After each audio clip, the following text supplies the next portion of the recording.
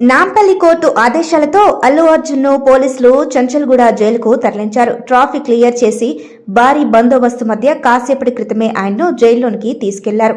ముందుగా ఆయన పేరు సహా ఇతర వివరాలు నమోదు చేసుకుని కోర్టు రిమాండ్ ఆదేశాల పత్రాలు పరిశీలించి జైలు సిబ్బంది తమ ఆధీనంలోనికి తీసుకున్నారు.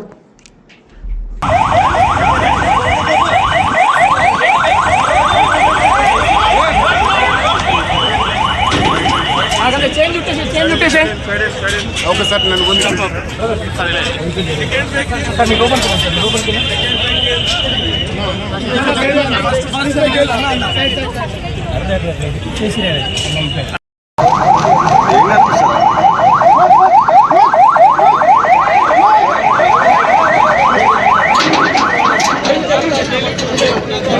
Side okay.